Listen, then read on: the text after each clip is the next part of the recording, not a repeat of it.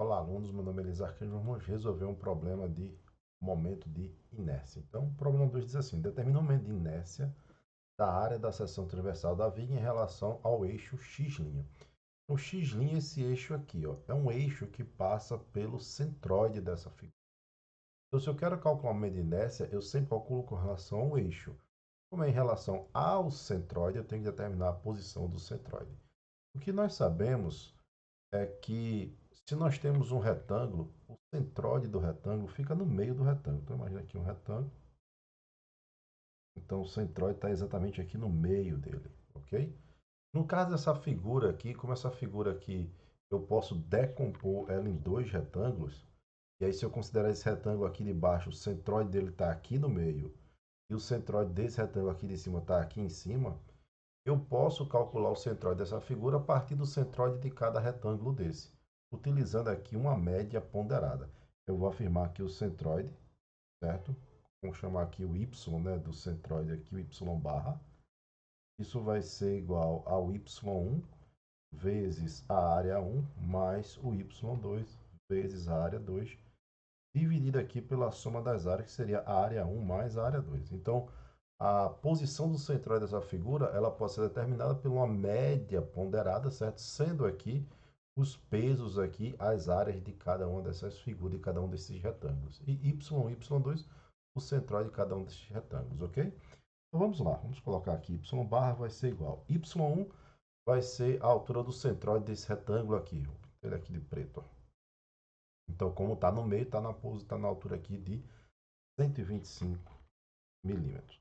A área vai ser aqui a base, que é 50, vezes a altura, que é 250, certo? Mais o y2. O y2 vai ser aqui, ó, a altura aqui desse, desse centroide aqui, do centroide dessa figura. Veja, certo? Veja que eu determinei a altura do centroide com relação a esse x aqui de baixo, certo? Então, eu tenho que determinar ele, esse eixo x aqui, eu tenho que determinar o centroide com relação a esse x aqui. Como ele está no meio, você tem daqui para cá 25 milímetros, daqui para cá 50, então você vai ter aqui 275 milímetros, seria a altura aqui do centroide desse retângulo aqui de cima. Eu posso pintar ele aqui de verde, ok? Dessa forma, nós temos aqui, vai ficar 275 multiplicado pela área, que seria 50 vezes 300. Né? Opa, tem 3.000, ó. 300, que seria aqui a base, né? Base vezes altura, 50 vezes 300, dividido pela soma das áreas. Vai ser igual aqui a 50 vezes 250 mais 50 vezes 300, ok? Eu fiz esse cálculo aqui, eu gosto de fazer o cálculo junto, mas para a gente ganhar um pouquinho de tempo, o vídeo não ficar muito grande, eu vou colocar aqui o resultado da nosso cálculo, que dá 206, nosso centroide aqui, né? 206,82 milímetros, ok? Agora que eu tenho aqui a altura, aqui o y barra, que é 206,82 milímetros, eu vou poder determinar, certo, o momento de inércia com relação a esse eixo. Então, nesse caso aqui, vamos escrever novamente aqui, 206,82 milímetros. Então, eu vou ter que usar aqui o teorema dos eixos paralelos, certo? E aí, vou calcular primeiro aqui, ó, para calcular o meu inércia, calcular o meu inércia aqui desse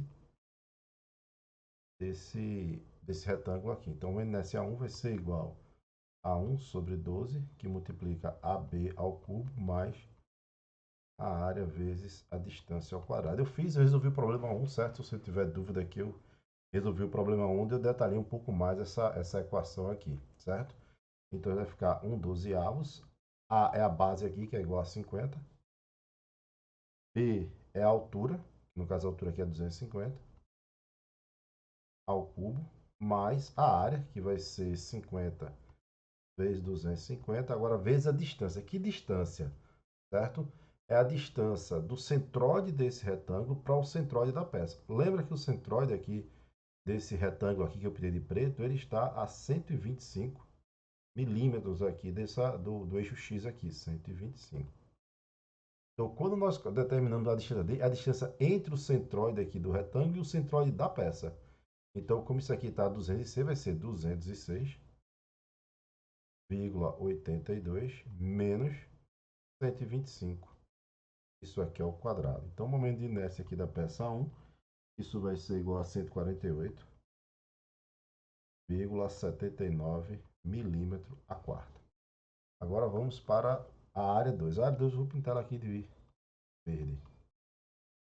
Então, vou dizer que o momento de inércia aqui, 2, vai ser 1/12 de AB ao cubo mais AC ao quadrado. Então, esse é 1/12. O A aqui, ó, é a base, é o lado paralelo aqui ao eixo, então nesse caso aqui vai ser 300, vezes a altura, que vai ser 50 ao cubo, mais a área, que vai ser 50 vezes 300, multiplicado por quê? Pela distância aqui, ó, entre o centroide do retângulo e o centroide da peça. O centroide do retângulo está a uma altura aqui de 275 milímetros, já vimos isso. Menos o centroide da peça aqui, que é 206,82. Isso aqui é o quadrado. Professor, não seria a peça menos o retângulo? Tanto faz, né? Como isso aqui está elevado ao quadrado, não faz diferença aqui, certo?